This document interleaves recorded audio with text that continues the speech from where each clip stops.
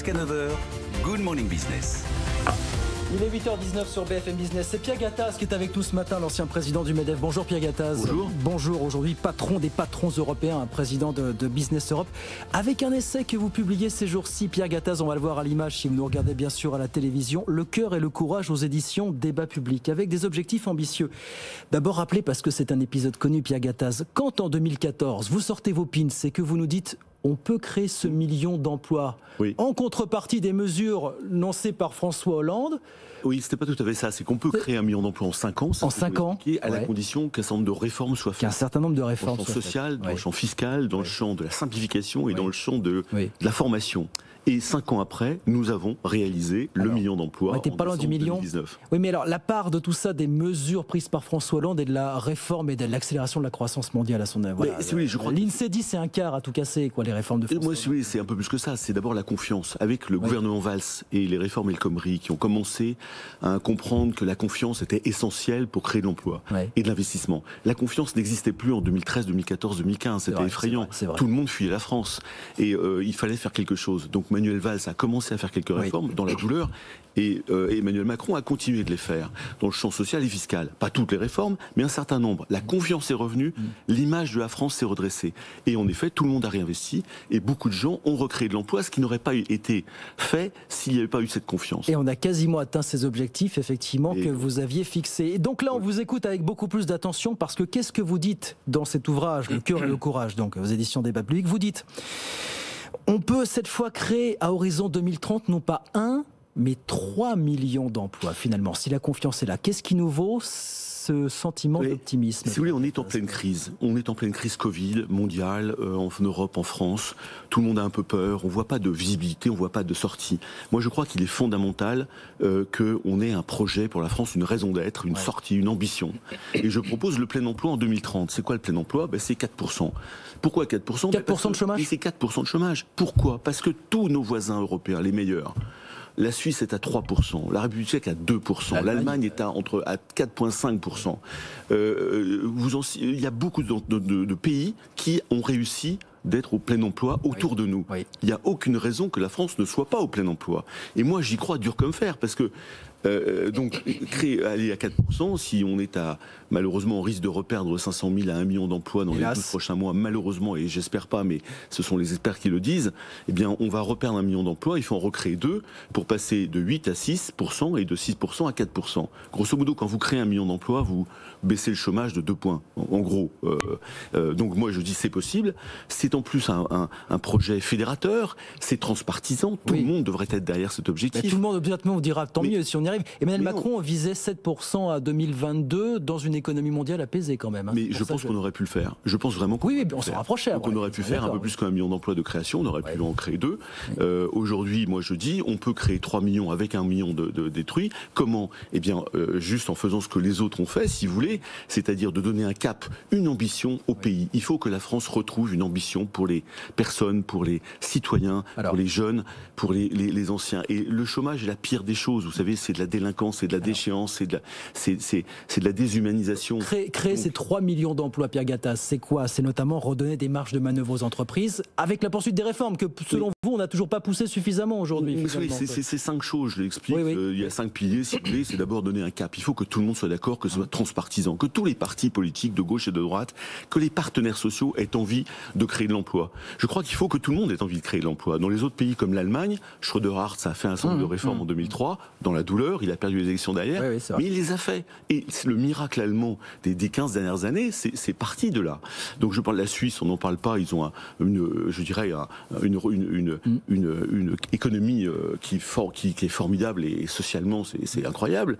Donc moi je crois que si vous voulez, le cap de la croissance, c'est très important d'aller chercher la croissance, ou dans le digital, dans l'environnement, dans l'écologie, dans les infrastructures. C'est là où on les crée, les 3 millions d'emplois dont vous parlez. C'est par la croissance. Ensuite, ça ne suffit pas, il faut aller vers la compétitivité. La compétitivité, si la France n'est pas compétitive, eh bien les entreprises investisseurs iront faire tout ça à l'extérieur de la France. Donc moi je dis un cap, une vision collective, le plein emploi. Deuxièmement, la croissance. On peut la trouver, elle existe la croissance, par l'innovation, la recherche. Troisièmement, la compétitivité de la France. Quatrièmement, les compétences, parce que si vous faites tout ça, que vous ne trouvez pas les apprentis, les ingénieurs, les techniciens, les BTS, ça ne marchera pas. Il y a un gros travail qui a commencé à être fait par Valls et puis par Pénicaud sur l'apprentissage. On n'a que 500 000 apprentis en France, il y en a 1,2 million en Allemagne. Donc si vous voulez, là, pour faire tout ça, pour faire les voitures de demain, les avions de demain, les trains de demain, les infrastructures, la santé, il faut redorer le blason de l'industrie, il faut qu'elle soit plus compétitive et il faut qu'on forme en permanence des gens initialement et surtout long terme. Et dernière chose, la confiance. Si vous faites tout ça et que vous n'avez pas confiance dans les gouvernements successifs, parce que 10 ans pour avoir le plein emploi, pour moi c'est possible, il faut que les alternances de gauche-droite, droite-gauche ou du centre ne remettent pas en question ce plein emploi. Et donc je pense que si tout le monde s'y met, eh bien je crois franchement qu'on peut y arriver. On n'est pas plus bête que les autres, on a des atouts incroyables et c'est pour ça que j'ai fait ce petit livre très accessible de 120 pages. Je vous entends, la première étape c'est de redonner les marges de manœuvre aux entreprises pour qu'elles puissent embaucher, former et préparer à ces métiers de demain. Voilà, ça passe par la continuation de réformes sur lesquelles apparemment, d'après vous, on n'est toujours pas allé assez loin, Pierre Gattaz. Si vous voulez, il y a une parenthèse Covid qu'il faut gérer. Bon, que les gens gèrent plus ou moins bien, je salue le gouvernement, c'est compliqué. L'Europe est par-dessus, on a des plans de relance en cours, il faut aller plus vite sur la vaccination, on le sait, il faut aller plus vite sur l'ouverture des commerces, etc. Mais moi, ce que je crois, c'est que, oui, c'est un objectif on a mis entre parenthèses un certain nombre de réformes sur la France. Sur le plan social, il faut continuer de simplifier la législation sociale, qui continue de faire peur aux jeunes entrepreneurs que je vois, aux salariés qui veulent se mettre à leur compte, etc. Créer un seul emploi marchand, c'est compliqué, c'est difficile, on a peur. Donc il faut continuer de faire en sorte qu'on simplifie cette législation. Mais vous dites quand même qu'il faut accélérer sur les retraites, il faut accélérer sur l'indemnisation de l'assurance chômage, du chômage en France. Oui, parce que si vous voulez, après vous avez la fiscalité française. Les prélèvements sont énormes, on sait qu'on est les champions de la fiscalité, que malgré des réformes, encore une fois, opérées par Manuel Valls et Emmanuel Macron récemment, depuis 2 ans, il y a eu des choses qui ont été dans le bon sens, qui ont permis de restaurer un peu de confiance. Qu'est-ce que vous leur demandez de faire sur les retraites et l'assurance chômage? Si vous voulez, ce que je crois, c'est que c'est globalement sur les dépenses publiques. Si vous voulez, on a d'abord un modèle social français qui est extrêmement généreux, qui marche, mais qui est extrêmement coûteux. Je dis dans mon livre que lorsque vous payez 15 € net à un salarié, ça vous coûte 28 €, c'est-à-dire quasiment 30 €, vous doublez pour l'entreprise. Lorsque vous êtes aux États-Unis, les 15 € net à un salarié, ça se transforme en 17,5 €, c'est-à-dire vous avez un coefficient de 1,15. En Allemagne, vous êtes à 1,60. En France, vous êtes à 1,90 quelque part. Donc on a une marge de manœuvre énorme pour baisser ce coût du travail, justement par des réformes qui permettraient de garantir un modèle social tout à fait important pour nos concitoyens, c'est évident, mais que ça coûte beaucoup moins cher et on a des solutions.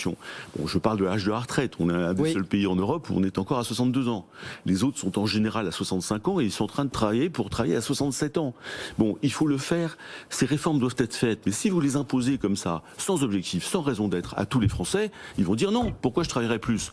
Mais se donner un objectif commun en disant non seulement on veut donner du travail pour tous, le plein emploi, mais en plus on veut que le PIB par habitant, c'est-à-dire la création de richesse par habitant, augmente. Vous savez que depuis 2000, la France a stagné en création de richesse par habitant. Les autres ont tous augmenté. On est à 30 000 € par habitant. Les Allemands sont à 35 000, les Luxembourgeois sont à 40 ou 50 000, les Suédois aussi, les Suisses sont à 60 000, 2 fois plus. C'est quoi ? C'est donc de l'emploi avec de la création de richesse, pour que les gens soient plus heureux, plus fiers d'être en France. C'est ça le projet. Il nous reste 1 minute, mais je vois qu'on revient sur la formation, parce que vous l'avez dit, ça va être un grand enjeu. Il y a eu des réformes de l'apprentissage, de la formation professionnelle, mais il y a à la fois tous ceux qui vont perdre leur emploi du fait de cette crise, et puis tous ceux qui vont qu'il va falloir former au métier de demain. C'est l'INSEE qui nous dit que 85% des métiers de 2030 n'existent pas encore. Est-ce qu'en face, on a l'outil capable d'assurer et cette grande transhumance et cette grande migration des connaissances et des savoirs? Écoutez, c'est très important, c'est un sujet majeur. La France a déjà fait quelques réformes très intéressantes, les lois Pénicaud sur l'apprentissage. On n'est pas allé assez loin, Pierre Gattaz. On n'a pas été assez loin, il faut continuer. L'apprentissage est une voie d'excellence en Allemagne, en Autriche, en Suisse. 70% des gamins de 17 ans sont dans l'apprentissage. À 17 ans, nous c'est 30%. Donc vous voyez qu'il faut redorer le blason de l'apprentissage des métiers, des savoir-être, des savoir-faire. Et d'avoir des passerelles qui permettraient de dire oui, demain, la France est capable de travailler sur les voitures de demain, les voitures électriques, l'hydrogène, les infrastructures, la santé, les médicaments. Tout ça, on peut le refaire en Europe. on peut en refaire une partie en France.